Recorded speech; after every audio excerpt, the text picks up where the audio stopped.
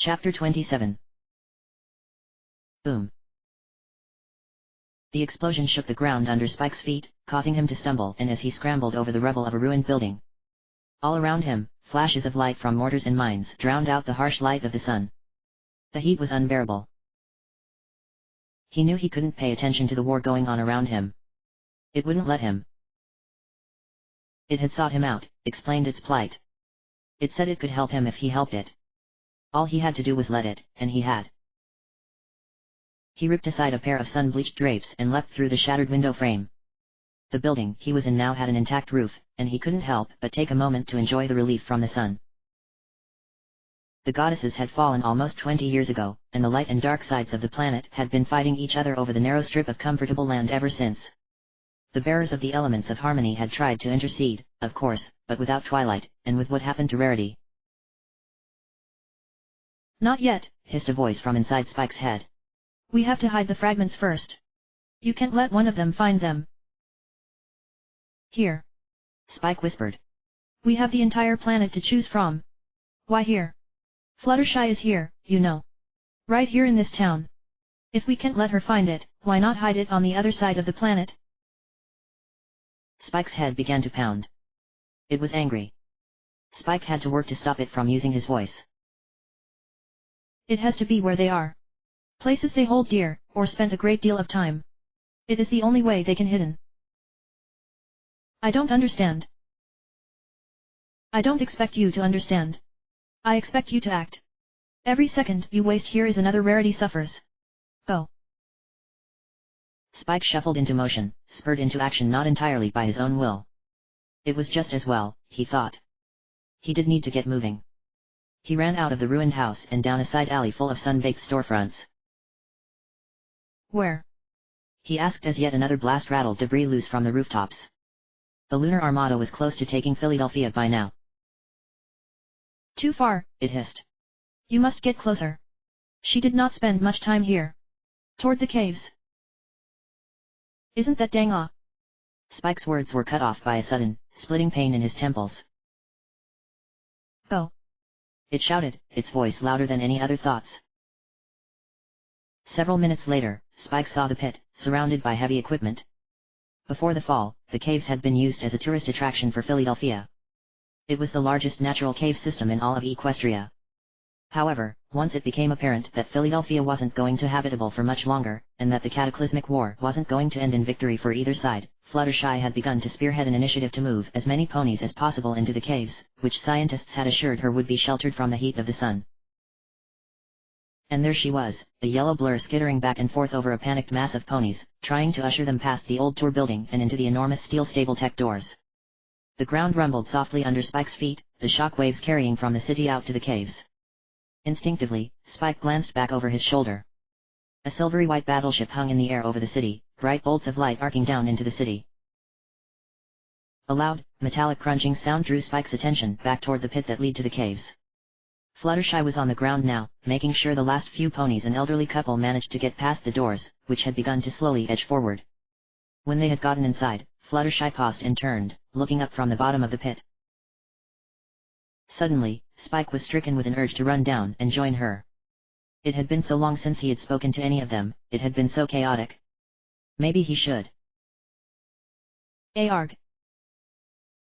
A sharp pain shot through Spike's head, as if a nail was being driven into it. The pain brought him back to his senses. Rarity was still out there, trapped by that horrible rubidium that had started all this. He couldn't turn his back on her. Fluttershy turned again and ran into the dark mouth of the cave, and a few moments later, the massive steel door slammed shut. The sound of the locks and seals engaging were loud enough to be heard from Spike's location. "Where do I go now?" he asked. "The building by the edge of the pit," it said. "That is close enough." "There," Spike said incredulously. "That's where they used to give tours of the caves. Shouldn't it be, I dunno, grander?" "You must." "Fine." Spike darted over the yellowed grass and past mechanized drills, over to the neglected tour building. Compared to most of the buildings in the city, it was nearly pristine. Several inches of dust were visible on the countertops through the window, but the windows were intact and there were no holes in the ceiling.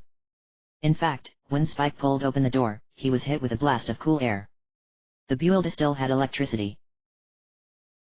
He wanted to stay and cool off, but he knew he didn't have time for that. He had to hide the fragment. He felt the alien presence in his mind stir, filling him with power. He closed his eyes and concentrated on it. He could feel it swirling and billowing within him, a nearly limitless well of power and energy. Tendrils of green light began to emanate from his body. The air around him crackled, and he thought he could smell the distinct scent of ozone. Then, seeming to ooze out of his chest, a ball of fire like a miniature sun presented itself, swirling furiously and crackling with bolts of green light. "Whoa," came a soft voice from his right. Spike whipped around to see a pink unicorn standing up from behind the main desk. "What is that?" she asked, stepping closer. "No," the voice shouted. "There must be no witnesses. She could tell one of the others." "Shut up," Spike snapped in defiance. The pink unicorn's smile faltered. "Who are you talking to?" "There's only one thing you can do now," the voice said. "You have to kill her." "What?" Spike shouted. "I can't do that." "What did she do?" "She's seen. She could tell one of the others. She's a liability." "You don't know that," Spike shouted. The pink unicorn was clearly unnerved by this point, and she began to inch her way towards the door. "Now!" the voice shouted, and without his consent, Spike lurched forward and grabbed onto the pony's tail. He was shocked at his own strength. The pony was struggling with all her might to run, but Spike barely felt a tug. He opened his mouth to protest at this unordered use of his body, but the voice spoke, cutting off his own words of protest. "Do you think you can rescue your rarity without causing death? It is impossible. Does Rubidium deserve life? Does anyone who's helped him? Do you know what he's doing to her right now?" I know. Spike said, shaking with anger at the idea. The pink pony stopped trying to run, and sobbed to herself. "Then you must kill her. If even one thing goes wrong, it all does. We must have no witnesses." Spike stared at the pink pony, and the last decade of constant strife and warfare burned brightly in his mind. "Now!" it shouted. Spike felt the sound leave his mouth, and his claws flashed across the pony's neck.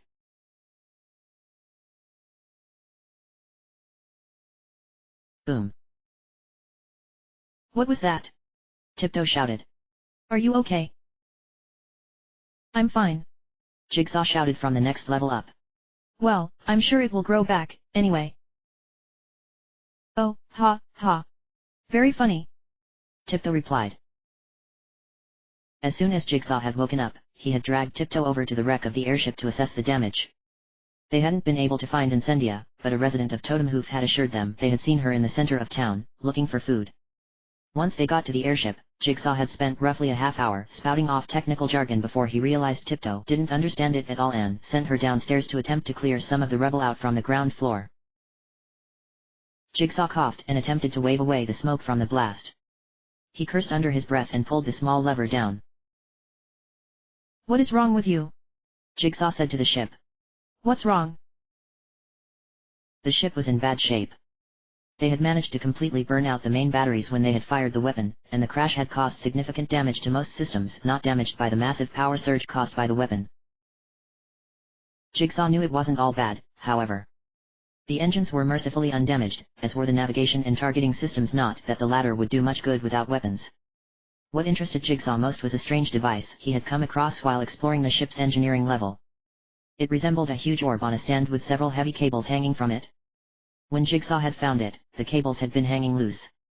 After he had plugged them in, the ship's power draw jumped considerably, nearly overloading the power source, before suddenly dropping back to zero again. He had examined it for almost an hour and had no idea how it worked. Still, though, his examination of the ship gave him hope that he could at least get it off the ground again. The citizens of Totem Hoof, as a token of their gratitude, had been swarming over the exterior of the ship, fixing tears in the fabric and welding holes in the metallic exterior. Jigsaw touched his horn to a panel, sending a pulse of energy through the system. After a few seconds, he felt a sharp shock in his horn. The energy pulse had been interrupted. He focused his energy on the brake and felt the broken wires knit themselves back together. With some apprehension, he flipped the lever again. A high-pitched whine emanated from the panel for a few moments, and then, with a horrible electronic cracking, the power died, leaving Jigsaw in the dark. Well, it's an improvement, I suppose, he grumbled to himself.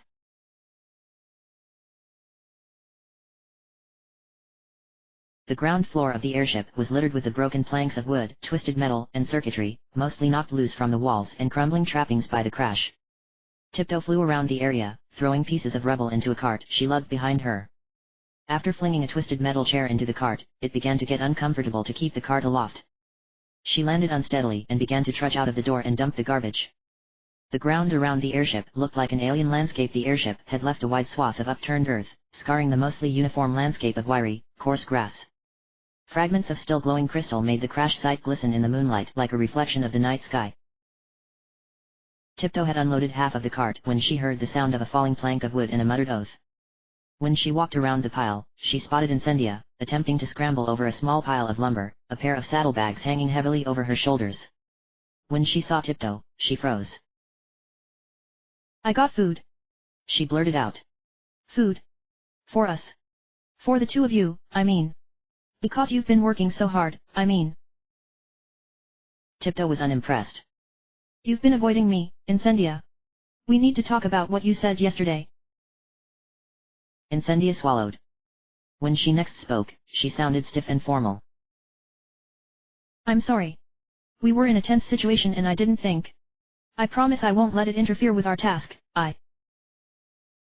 Incendia, Tiptoe said, cutting her off. You don't need to make excuses. It's okay. I mean.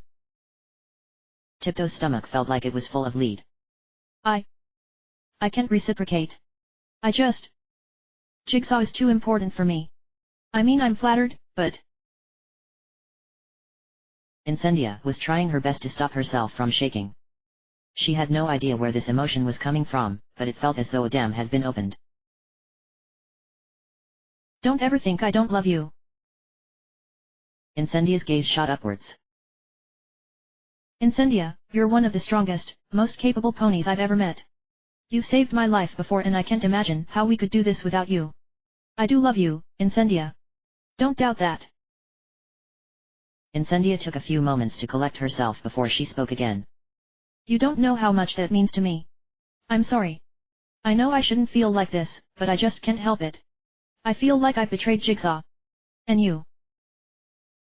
Don't, Tiptoe said, smiling warmly. Honestly, it feels kind of obvious in retrospect. I've caught you looking more than once. Incendia blushed so hard that what little grass remained on ground at her feet was incinerated. So? You're really not upset? Incendia asked. No. I'm not. Honestly, it's okay. Tiptoe responded, but this is really something Jigsaw should know about. It wouldn't be fair to him to keep it hidden. I'll tell him, Incendia said. I owe it to him. He's in the engine room. Just follow the posted signs. I can't read the old language well, Incendia reminded Tiptoe. Oh, right, Tiptoe said with a giggle. She drew some symbols in the dirt. This is what you need to look out for. Incendia thanked Tiptoe and made her way into the ship. The stairs leading up into the second floor of the airship were in disarray. Incendia nearly cut herself several times on jagged bits of metal just trying to maneuver through the stairwell. She had doubts that the ship would ever be in the air again if even the stairs were trying to kill her. Once she got up into the engine room, however, her doubts were assuaged somewhat. Giant pistons, quiescent now, protruded from the walls like fingers of some giant hand. Huge machinery was crowded around the walls. Incendia couldn't even begin to speculate on their functions. In the center of the space was a clear vat of dull gray fluid, rotating lazily. Jigsaw was balanced precariously on the narrow rim of the tank, his horn glowing vibrantly. With a loud zap and a strong smell of ozone, a bolt of light shot from his horn and down through the liquid. The liquid began to swirl much more quickly in its tank and radiated with bright blue light. Jigsaw nodded as though he was satisfied and hopped down from the lip of the vat. He jammed a hoof onto a green panel at the base of the vat, and a massive pipe lowered haltingly onto the vat and began to suction off the glowing liquid. The liquid spread through the overhanging network of pipes, suddenly turning the ceiling into a glowing spider web of light. While following the flow of the liquid, Jigsaw spotted Incendia, standing entranced in the doorway. Incendia, Jigsaw said, with a smile. I had been worried you weren't going to join us today. Did you want to help out up here? Celestia knows I could use the help. Sure, but I need to talk to you first, Incendia said. Jigsaw's smile faded. I always have time. What's on your mind? Here, I brought food. Think you could take a few minutes off to eat? Jigsaw glanced at the pipes overhead. No leaks. Sure, now's as good a time as any. Soon, Incendia and Jigsaw had laid out a meal of fresh produce from the farms of Totem Hoof. So, what was it you wanted to talk about? Jigsaw said apprehensively. Incendia sighed deeply. It marveled her how she had handled years of living as a rebel, and nothing had made her stomach as uneasy as talking to Jigsaw. I have something to confess. Something that's been bothering me for a while now. Oh. I'm attracted to Tiptoe. Jigsaw blinked. Incendia rushed onwards. I've always liked mares, ever since I was a little filly. And, well, when Tiptoe showed up, she was just so different than all the other mares I had seen in Stalliongrad, something just drew me to her. It probably doesn't help that my last relationship was an utter disaster and I had been having a dry spell for quite a while by the time she showed up, but... Incendia's face flushed when she realized what she had said. Feel free to stop me at any second, because I'm feeling like I'm a filly all over again. Jigsaw stood there for a few moments, his face unreadable except for shock. Incendia's throat constricted. Just when she thought she might turn and bolt because of nerves, Jigsaw spoke. Incendia, I don't really know what to say. I'm shocked. Incendia didn't respond, but the butterflies in her stomach felt like they had been turned to lead. Jigsaw apparently noticed the change of mood. I didn't say I was upset, he said quickly. Just surprised. I didn't really expect that. I'm not offended, or anything.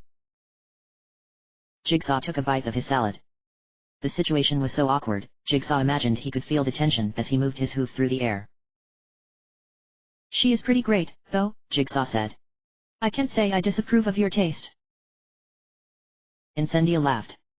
Jigsaw saw the tension leave her body. I'm sorry, again. I won't let it distract me from what we have to do. It's been hanging over my head for so long now, I had to get it out there. It wasn't fair to any of us.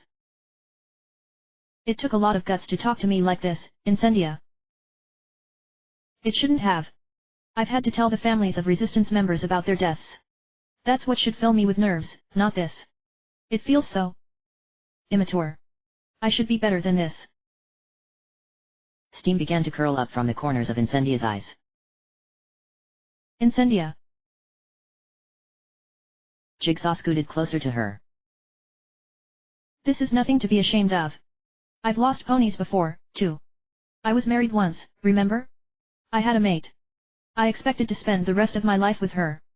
We even got a place, together. Right on the outskirts of the inhabited areas. Huge plot of land just given to us. Nobody wanted it because the water system out there had been broken for ages. But when you get the two brightest engineers in one spot, there's not much we couldn't overcome. We were going to have plants growing in our backyard. Maybe even some trees. Something beautiful for our foals to grow up in. What happened to it? Asked Incendia. After Antimony died, I went back a few times and gathered my things. Mostly moved into my office. That old place. Too many memories. Gave it to Antimony's family. Don't think they ever did anything with it. I'm so sorry, Jigsaw. But what exactly does this have to do with? Just because I had dealt with that trauma, it didn't make life any easier. Not with Tiptoe. When she got assigned to me, I was drawn to her immediately. It scared me so much, Incendia. I didn't ever want to go through what I had been through with Antimony again. So I just ignored it. Pushed it down. Drove her hard. She was good at what she did. Useful to have a Pegasus with you. Hard to reach places, and all. I was kind of relieved, in a way, when we got cut off from the caves. Now, don't get me wrong, my first thoughts were of everyone left behind, but it felt like a new beginning. The caves hadn't felt like home for a long time. I didn't know what I would find out here, but I thought anything had to be better than what I was leaving behind. Incendia whinnied softly. Was it? Better, I mean. Jigsaw stared at the phosphorescent pipes, the fluid within them coursing through them like the blood of a giant. What do you think? I still don't feel like I belong completely, Incendia said. Especially with the issue with Tiptoe. I feel like at best I'm just tagging along for the ride and at worst getting in your way. You aren't, Incendia, Jigsaw said. Not at all. And you need to stop beating yourself up about things. I can't help it, Incendia said. All my life I've been in charge of ponies and responsible for what happened. I was in control, and now I'm not, and I don't know if I can. Incendia, none of us wanted any of this. We're all in way over our heads. I never thought I'd even get to see the surface. Hell, up until we got out there, I didn't even know there was any surface to be seen. I certainly didn't expect to have the future of the world riding on my shoulders. How do you keep from going crazy? Incendia wondered. Jigsaw took a while to respond. The two of you. Knowing I'm not in it alone. The thought, however remote, that maybe my children will grow up in the sunlight. Real sunlight, not the magical kind. The thought that maybe I'll be able to grow those crops after all. The thought that maybe not everything I used to read in the old books is lost. There has to be more to it than this, right? All the suffering, the ponies just struggling to get by day to day. I never had much access to the records of the past, Incendia confessed, but there were always rumors. They said being near Celestia was like standing in front of the sun itself. Apparently, she glowed so brightly that you couldn't look directly at her, and she could rain fiery death upon her opponents, and I think the legends got twisted over the years, Jigsaw said with a smile. We had the original manuscripts laid down by the founders. One of them actually knew Celestia and Luna personally, apparently. What were they really like then? Incendia asked. Really tall, with Pegasus wings and unicorn horns. That's not a very satisfying answer. This isn't a very satisfying salad, either. Incendia laughed. I wasn't really focused on gathering great ingredients. I was just trying to kill time with plausible deniability. It's fine, Jigsaw said. I'm glad you made it. And I'm glad you came up for this talk. I don't feel like we've had one. Well, ever. I'm glad we did too. I'm still trying to wrap my head around everything that's been going on. But if our last, best hope had to rest on any pony, I'm glad it's with you. You're a great stallion, Jigsaw. I'm proud to know you. Likewise, Incendia. I couldn't make it without you. Incendia stood up. Before I go, I just wanted to make sure. You're not upset? About me and Tiptoe? I mean, about me. Jigsaw laughed. Not at all. I'm flattered, if anything. Plus, now I know I can come talk to you about mares if I want to. No offense, but when you're the only stallion around two mares, sometimes it can get a little stifling. Incendia snorted. Oh, and I'm not a mare anymore. Jigsaw's eyes widened. Oh, no, that's not what I meant, I just meant that, you know, I thought you liked stallions, and I realize now I shouldn't have assumed, I just... Relax, Jigsaw. It was a joke. Oh. You didn't have to let me go on that long. Yes I did. Incendia turned to walk away. And? Jigsaw, I'd like that. Being your confidant.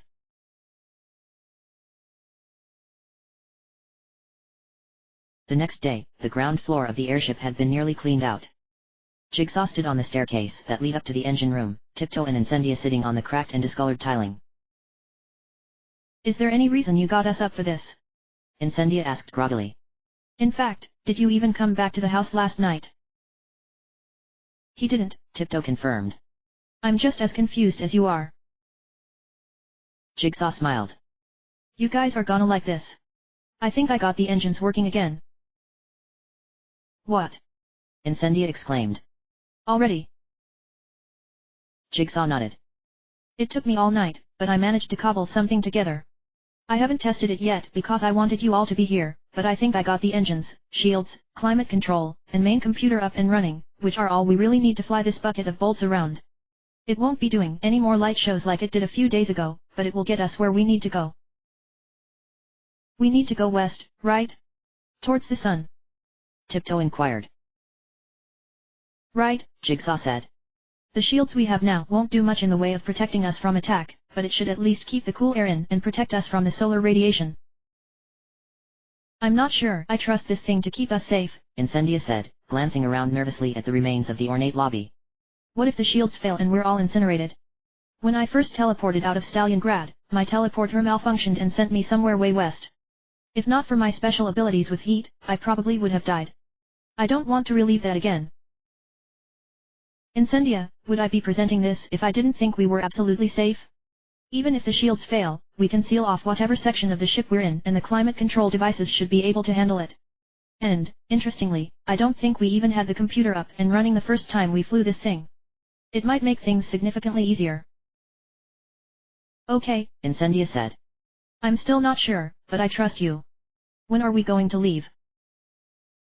As soon as possible, Jigsaw said. We can't let Tantalus get ahead of us. I'm kind of sad to leave Totem Hoof, Tiptoe said wistfully. The ponies here have been so kind to us. What say you we test the new engines out? Jigsaw said. Might take your mind off it. I'd like to see that, Incendia chimed in. Jigsaw led them up the rickety staircase to the engine room. The walls were almost covered in transparent tubing now, and a low hum could be heard as the glowing liquid was pumped through them. Jigsaw's horn began to glow, and a console on the far side of the room sprang to life. Old World text danced across the screen. Jigsaw's horn sparked, and the screen flashed green. The room sprang to life. The gentle hum of the pump rose to a deafening bellow. The huge pistons that lined the walls began to fire, adding their booming voices to the cacophony of machinery that now resounded around the room. Flashing lights and alarms blared from many parts of the engine room, but they felt the airship give a distinct jerk and the uncomfortable sensation of being in a very fast elevator. It works. Jigsaw shouted over the noise. We're floating a few yards off the ground. I'm going to shut the engines down now, they're a bit loud. Jigsaw's horn sparked again, and the noise slowly died down. The airship lowered itself to the ground. Well, all things considered, I think that went pretty well, Jigsaw said. Now, we need to go gather our things. We have a fragment to get.